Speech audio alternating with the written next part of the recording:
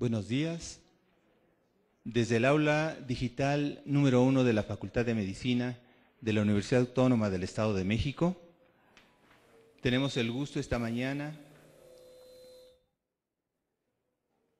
de recibir a la Asociación Mexicana de Terapia Intensiva Pediátrica, Asociación Civil, quien con un grupo de especialistas para el tema de hoy nos hacen favor de visitarnos.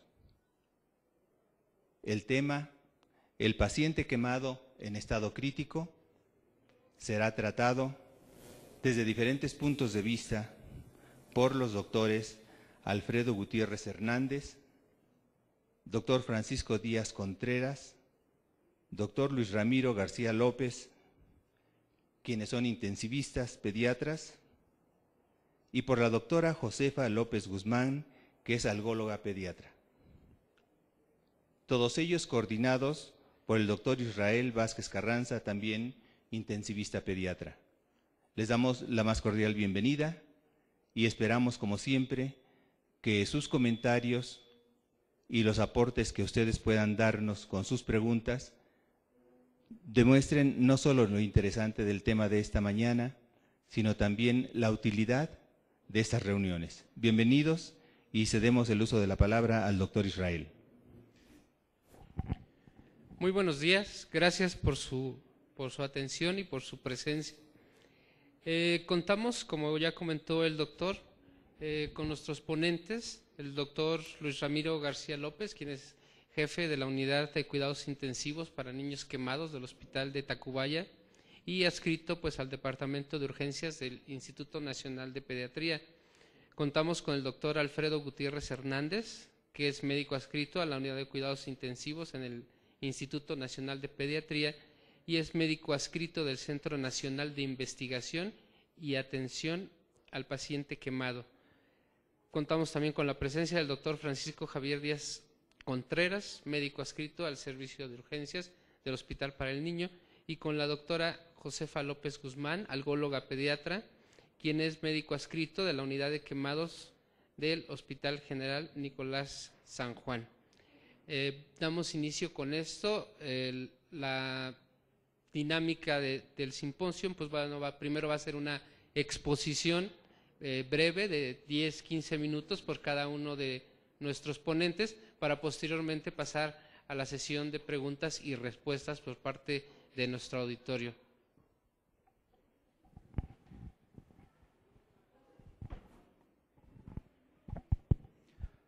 Bueno, buenos días.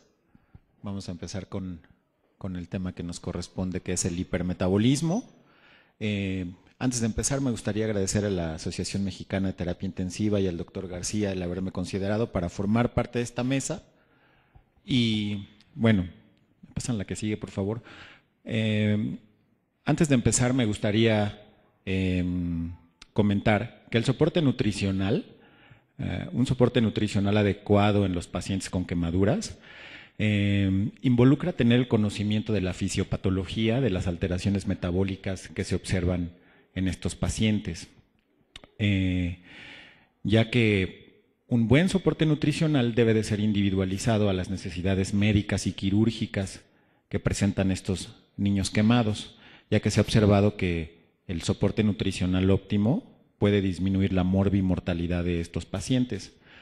Bien, durante la plática vamos a establecer qué es el hipermetabolismo, en quién se presenta, cuáles son los factores de riesgo que presentan los niños para cursar con hipermetabolismo, y dentro de las opciones terapéuticas que tenemos, algunos puntos que me gustaría reforzar, como en el tratamiento no farmacológico, sobre todo en la nutrición, para finalmente llegar a algunos puntos y concluir. La que sigue, por favor. Bien, es bien conocido desde hace muchos años que dentro de los pacientes graves, los pacientes con quemaduras son los que tienen un mayor gasto energético en reposo cuando los comparamos con cualquier otro grupo de pacientes graves, como los pacientes con cirugía, los pacientes con sepsis, los pacientes de trauma, y que estos tienen una gran pérdida de nitrógeno urinario. La que sigue, por favor. Bueno, ya estableciéndonos directamente sobre los pacientes quemados, si podemos observar esta gráfica en donde se han hecho mediciones del gasto energético en reposo en los pacientes a su ingreso y hasta 12 meses después todavía presentan un gasto energético muy por arriba de lo normal. Como ustedes pueden darse cuenta, incluso las opciones terapéuticas como la excisión temprana, la cubierta de las lesiones, el soporte nutricional, no me van a suprimir esta respuesta hipermetabólica, pero sí me la van a modular. La que sigue, por favor. Se ha encontrado incluso en algunos pacientes que niveles de cortisol elevado incluso a los 2 años después de la lesión inicial. ¿Qué es el hipermetabolismo? El hipermetabolismo es una respuesta inespecífica que en un principio trata de salvar la vida del paciente con quemaduras y que se va a presentar en pacientes con quemaduras extensas. ¿Cuándo hablamos de una quemadura extensa? Quemadura sobre todo arriba del 40%. Algunos autores describen que los pacientes con lesiones del 30% también pueden presentar hipermetabolismo siempre y cuando se asocien a alguna otra condición, como el que haya retardo en el cierre de las quemaduras, en las coberturas, sepsis, que no demos un soporte nutricional adecuado. Eso me va a dar una respuesta hipermetabólica muy exagerada. Bien, la lesión va a determinar que se echen a andar mecanismos de compensación determinados por citocinas inflamatorias y hormonas contrarreguladoras a la insulina. ¿Qué es lo que va a pasar? Estas hormonas contrarreguladoras tienen el objetivo de aumentar los niveles séricos de glucosa con la finalidad de dar soporte a los requerimientos energéticos tan altos que tienen los pacientes con este tipo de lesiones. ¿Y cómo va a obtener esa glucosa? Pues al utilizar el glucógeno almacenado en el hígado y mediante la gluconeogénesis. Esta gluconeogénesis va a ocupar las proteínas que no pueden provenir de otro lado más que del músculo esquelético y por lo tanto vamos a tener una proteólisis o una lisis muscular que nos va a generar un balance nitrogenado negativo. Bien, la que sigue, por favor. Si nosotros no damos un soporte adecuado a este paciente con hipermetabolismo, lo que va a pasar es que vamos a tener que el paciente va a tener predisposición a las infecciones, alteraciones en la cicatrización, va a tener riesgo de choque séptico y finalmente falla orgánica múltiple y muerte. Bien, ¿qué es lo que predispone a los niños a cursar con esta respuesta hipermetabólica? En primera, que los niños tienen una demanda energética mucho más alta cuando los comparamos con los adultos. Tienen menores reservas energéticas, los niños incluso pueden cursar con estados de desnutrición previo a la lesión, y ya puntos específicos relacionados con la quemadura. Tienen menos tolerancia al dolor una vez que tienen este tipo de lesiones. Y hay algunos factores, como las quemaduras faciales, que nos limitan la utilidad de la alimentación vía oral y esto nos va a orillar a proporcionar una alimentación forzada en este tipo de pacientes, ya que incluso la masticación y la deglución les va a condicionar dolor y la tolerancia va a ser mucho menor. Además de que estos pacientes necesitan o son sometidos a múltiples procedimientos, tanto anestésicos como quirúrgicos, y por lo tanto van a tener periodos de ayuno frecuentes que nos van a limitar la administración de las necesidades energéticas que tienen estos pacientes. La que sigue, por favor. Bien, una vez que sabemos quiénes son los pacientes que tienen hipermetabolismo, que ya sabemos que tienen los niños un factor de riesgo, ¿qué opciones para tratarlo tenemos? Hay opciones farmacológicas y no farmacológicas. Vamos a incidir en todas, sin embargo, probablemente a las que vamos a abordar con un poco más de detenimiento son las no farmacológicas. La que sigue, por favor.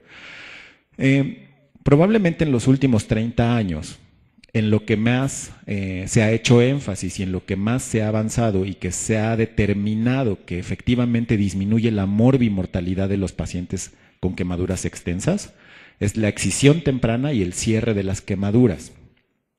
aunado obviamente a una reanimación hídrica agresiva y a un adecuado soporte nutricional. Sin embargo, cuestiones tan esenciales, tan básicas como un adecuado control de la temperatura del ambiente del paciente que se encuentra con estas lesiones, es tan importante mantenerlo entre 28 y 32 grados centígrados con la finalidad de que el paciente no gaste esa energía que está obteniendo del soporte nutricional en mantener temperatura y utilizarlo para otros procesos metabólicos. La que sigue, por favor. En la nutrición, los requerimientos nutricionales en los pacientes con hipermetabolismo son diferentes para cada paciente. Hay varias maneras de calcular el gasto energético en reposo de los pacientes con quemadura. Sin embargo, las fórmulas de predicción, las fórmulas matemáticas, no siempre se adecuan a todos los pacientes. De tal forma que la Sociedad Americana de la Nutrición Enteral y Parenteral recomienda que en los pacientes quemados únicamente utilicemos fórmulas de predicción cuando no podamos realizar una calorimetría indirecta, la cual es el estándar de oro para calcular el gasto energético en reposo de estos pacientes, ya que una nutrición óptima siempre deberá de involucrar la medición del gasto energético en reposo mediante una calorimetría indirecta. El utilizar la calorimetría indirecta involucra la disponibilidad, ¿no?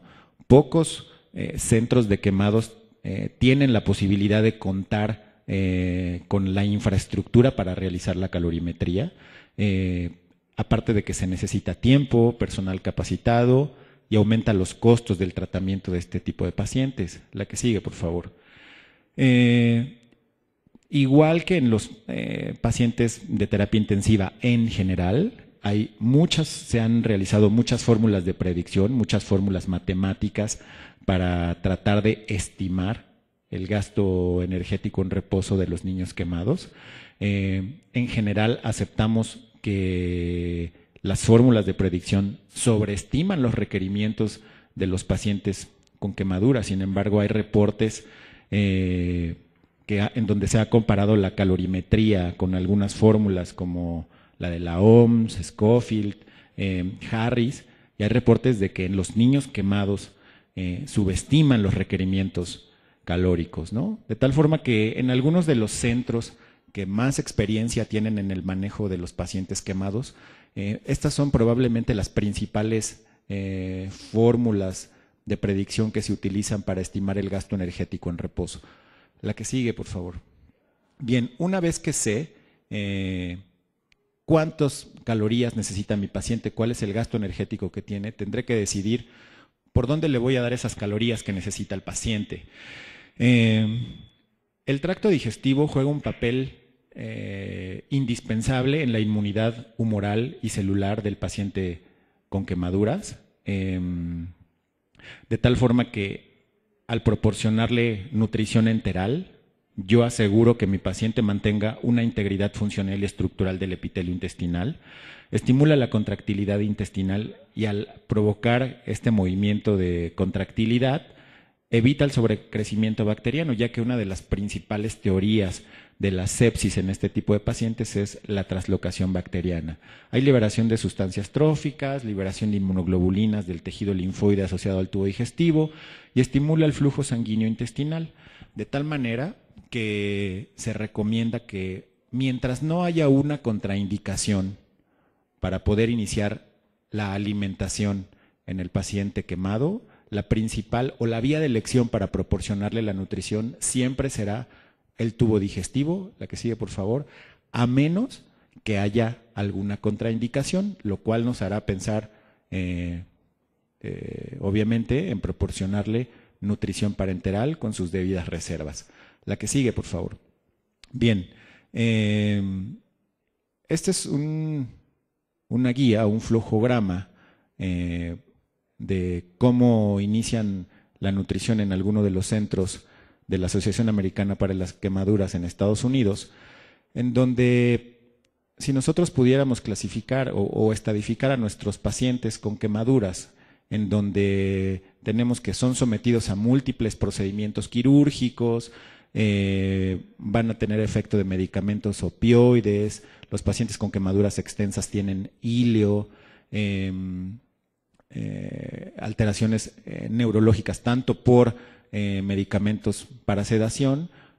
Nosotros habitualmente catalogamos al paciente con este tipo de lesiones como que tiene riesgo alto de broncoaspirar y preferimos la alimentación pospilórica en este grupo de pacientes, aunque también tenemos la opción de alimentarlos de manera gástrica.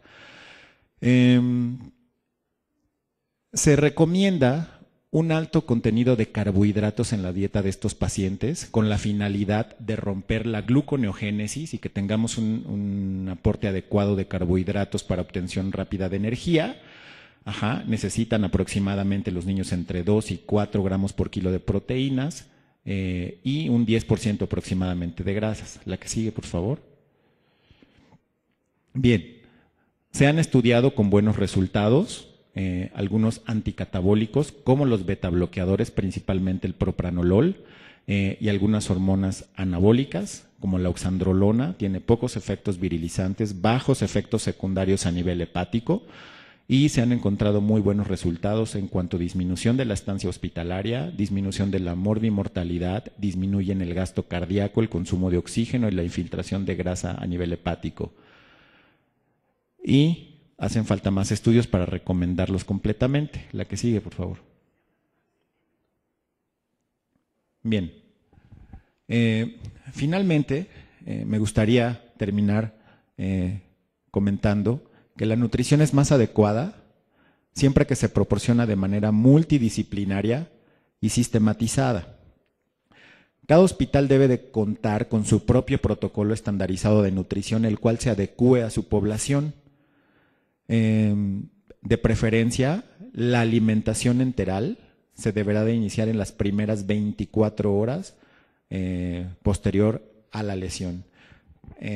No hay un estándar que nos diga cuándo debemos de empezar la nutrición, en qué momento. Hay algunos autores que la inician desde que llega el paciente a su unidad, hay algunos autores que se esperan 6 horas después de que se presenta el insulto inicial. Sin embargo, todos concuerdan en que debe de ser en las primeras 24 horas porque nos ayuda a modular esta respuesta hipermetabólica y tenemos una mayor facilidad de alcanzar los requerimientos calóricos en estos pacientes. La vía de elección en los pacientes con quemaduras siempre será enteral, siempre será el tubo digestivo, a menos que haya alguna contraindicación para utilizarlo. Y siempre se deberá de valorar en los pacientes con hipermetabolismo el inicio de moduladores de esta respuesta hipermetabólica. Gracias.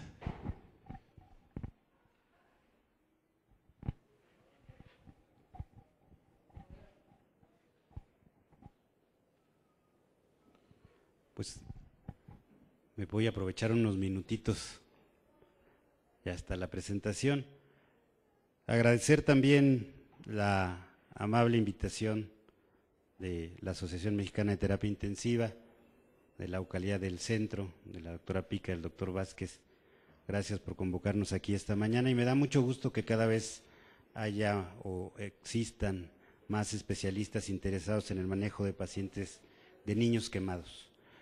Pues esta mañana y en estos minutos me toca hablar en relación al manejo hemodinámico de los pacientes, de tal manera que pues es un tema controversial. Vamos a hablar de situaciones que seguramente en las revisiones de la literatura que podemos tener acceso, pues se ha comentado desde hace muchos años, desde los años 50, pero no por eso deja de ser actual y me parece importante retomar algunos conceptos que hoy por hoy pues siguen siendo valederos, pero que al conocimiento y a la luz de las situaciones que nos permite conocer actualmente la fisiopatología y la evaluación de estos pacientes, pues nos dan un poquito más de luz en este camino del conocimiento. Bueno, nada más muy rápido me voy a tomar unos minutos para hablar en relación a lo que es la atención de estos pacientes. No necesariamente cuando uno habla de un paciente quemado, se enfrenta a un niño con una quemadura del 90%, también existen estos pacientes, pero la verdad es que me pareció muy importante hacer un comentario en relación a lo que es un quemado grave, porque inclusive, como en muchas cosas dentro de la literatura de quemados, se acuñan términos, y tal es el caso, por ejemplo, del gran quemado, que muchas veces se habla o hablamos en relación a este tipo de pacientes, y la realidad es que no hay un porcentaje o extensión de la quemadura determinado para identificar estrictamente si un niño está más grave que otro. Sí sabemos que los pacientes con más del 20% de extensión de la quemadura generalmente tienen repercusiones sistémicas y son aquellos que pueden llegar a tener más complicaciones. Sin embargo, fuera de eso, obviamente los pacientes con quemaduras extensas del 90%, del 100% de la superficie corporal quemada, pues por supuesto tienen una posibilidad todavía mayor de complicaciones, pero que desafortunadamente en la mayor parte de los casos los llevan a un desenlace fatal. ¿Me pasan a que sigue, por favor? Entonces, estos son nada más para retomar algunos de los criterios que manejamos en la unidad para ingreso de pacientes quemados. Luego, de nuestros pacientes con quemaduras, porque hay una gran gama de ellos, hay distintos tipos de lesiones, ¿cuáles son los que requieren terapia intensiva? Bueno, esta es la estadística del año pasado de nuestra población que vemos en el hospital. Si la comparamos con los pacientes que vemos en la consulta externa, los que requieren terapia intensiva, pues creo que no llegan ni al 10%.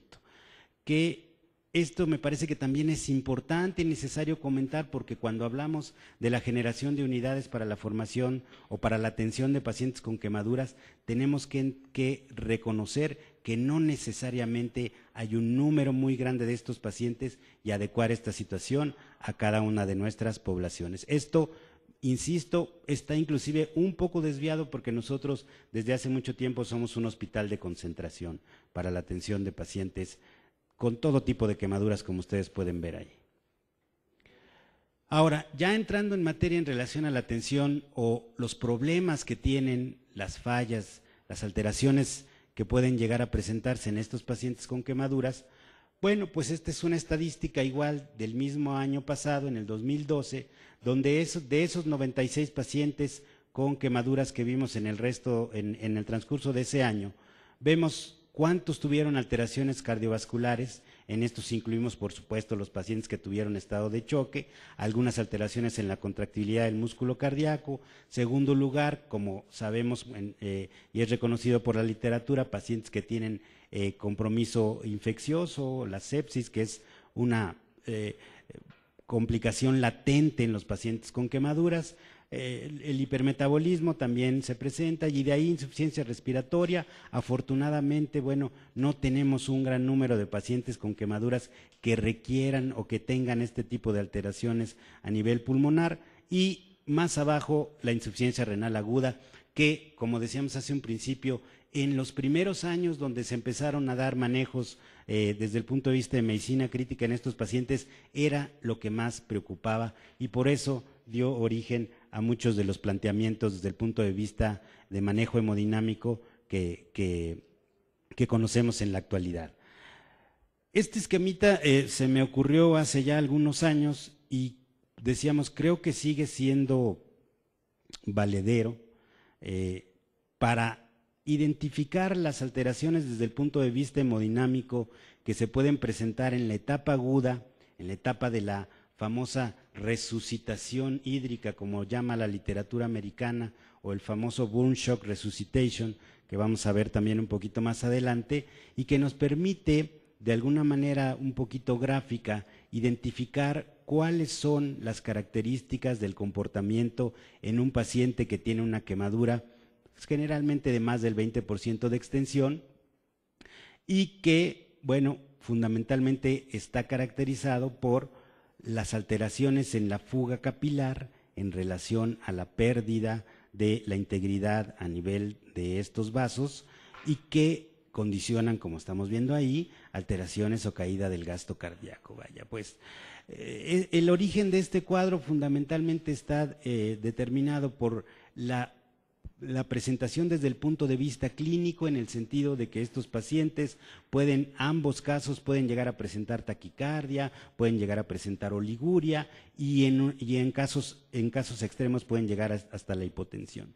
Sin embargo, pues es muy distinto el tratamiento desde el punto de vista de medicina crítica en el paciente que tiene disfunción miocárdica, en el paciente que tiene fuga capilar. Entonces yo creo que son parte de este manejo que tenemos que aprender a identificar en qué etapa está el paciente. De ninguna manera una situación lleva a la otra, aunque lamentablemente un paciente que no recibe ningún tipo de líquidos, pues por supuesto que puede llegar a tener un estado de choque totalmente irreversible.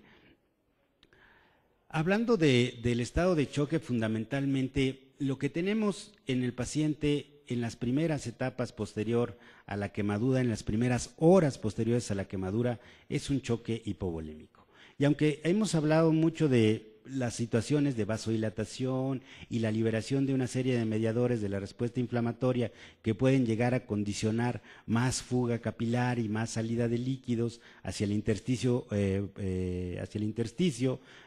distintos tejidos, inclusive en otros aspectos, en pacientes en los que puede llegar a presentarse datos de disfunción miocárdica, lo que tenemos que partir como punto inicial en el manejo de estos pacientes es un diagnóstico temprano y un manejo del paciente con choque. Hay una referencia en relación a la extensión de la quemadura. Lo importante obviamente son las pérdidas que ocurren del espacio intravascular hacia el intersticio. Estas pérdidas pues habrá que recuperarlas inicialmente de una manera muy agresiva si es que estamos hablando de un estado de choque, cosa que es muy distinta, y eso es una de las situaciones que más me ha gustado a mí enfatizar, lo que es distinto el manejo del estado de choque a lo que es el proceso o procedimiento de restitución hídrica en el paciente quemado, que lleva ciertas pautas, que puede ser ciertamente hasta un poco contemplativo en algunos casos. Me refiero a que es pausado, pero que sí requiere reajustes continuos en la cantidad y en la calidad de los líquidos que estamos manejando en el paciente quemado. Pero en esto, como parte de los grupos de medicina crítica, pues el choque tiene ya líneas muy establecidas de manejo en ese sentido. Decíamos hace un momento que, bueno, hablar del edema de la quemadura pues sería remontarnos a situaciones muy de hace muchos años en la medicina de urgencias, en la medicina crítica, en los aspectos quirúrgicos también de estos pacientes, pero que fundamentalmente en esta etapa, a estos tiempos, hemos podido identificar que aunque el edema del paciente quemado se manifiesta como una característica fundamental en todos los pacientes, diríamos independientemente del mecanismo de lesión, sí cambia dependiendo inclusive de la profundidad de la lesión. Por eso entonces podemos ver que en los pacientes con lesiones superficiales, ¿sí?, de acuerdo a la clasificación americana que nos habla de lesiones y que en nuestra nomenclatura podríamos hablar de una lesión de segundo grado superficial, una quemadura por escaldadura, el edema de alguna manera es un edema benigno, si podemos hablarlo en este sentido, y sin tanta repercusión desde el punto de vista hemodinámico. Esto que desde el punto de vista clínico es muy evidente porque el paciente responde muy bien a los esquemas de restitución hídrica, fácilmente se depleta ese edema que se acumuló en los tejidos intersticiales, pues está caracterizado por esta evolución desde el punto de vista fisiopatológico, ¿sí?, donde un papel fundamental lo juegan aquí los capilares linfáticos, que afortunadamente no están destruidos y que permiten tener este mecanismo de drenaje que normalmente hacen, pero de una manera muy eficiente, de tal manera que la reabsorción inclusive puede empezar desde las 4 horas posteriores a la quemadura y si acaso se completa en un periodo de 5 días, que entre otras cosas es más o menos el tiempo que dura el proceso de restitución hídrica en estos pacientes. Nos saltamos una, es la anterior, perdón. Parece que es igual, pero no es. Así, gracias. Entonces, ¿qué pasa en un paciente con una quemadura profunda? Un paciente con una quemadura que también puede considerarse severa, grave, o si hablamos de los mecanismos de lesión, un paciente con una quemadura por fuego directo.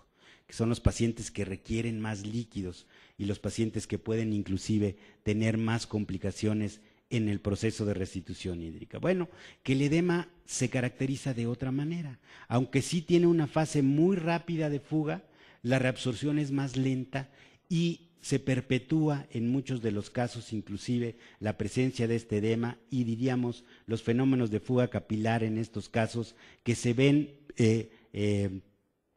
donde el líquido se ve estancado a nivel del intersticio, porque lamentablemente en estos pacientes la reabsorción de líquidos a través de los capilares linfáticos ya no existe, lo cual impide también que este líquido, esta linfa, se pueda recuperar al torrente circulatorio, como sabemos que normalmente ocurre dentro de la economía.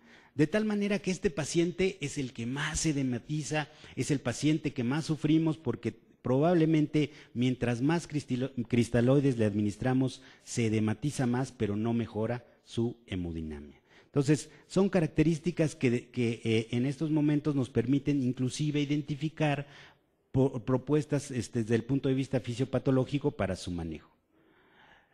Desde hace aproximadamente 10 años se ha hablado de este fenómeno que, bueno, que en terapia intensiva ya también lo teníamos seguramente muy bien ubicado a través de los síndromes de fuga capilar y las alteraciones en la permeabilidad de la microcirculación en otros estados fisiopatológicamente alterados como la sepsis, y que sabemos que tiene un comportamiento pues difícil, complicado y que nos obliga a redoblar esfuerzos en el manejo con los líquidos. Sin embargo, desde el punto de vista de la literatura de quemadura se habla mucho de este arrastre de líquidos, de esta fuga de fluidos hacia el intersticio, un término como ustedes ven ahí acuñado por el doctor Pruitt, pero que no habla nada más de la situación a nivel microvascular, sino de una tendencia, como dice aquí, una característica que obliga desde el punto de vista clínico a incrementar la cantidad de líquidos en la fase aguda de la restitución, fundamentalmente en los primeros años donde se hizo evidente todo esto para evitar la insuficiencia renal, pero que en la actualidad cada vez existe más controversia en relación a manejar estas cantidades tan exorbitantes de líquidos en el paciente con quemaduras. Ahí está una evidencia muy clara de lo que puede ser la fuga a nivel del intersticio pulmonar, pero que sabemos que también puede hacerse muy evidente a nivel de los síndromes compartimentales, abdominales, las extremidades, como lo hemos visto muchas veces en la clínica, o inclusive a nivel del globo ocular, como está documentado precisamente en uno de estos documentos que me parece que resulta muy significativo, sobre todo con las tendencias actuales del conocimiento de la medicina, poder identificar un documento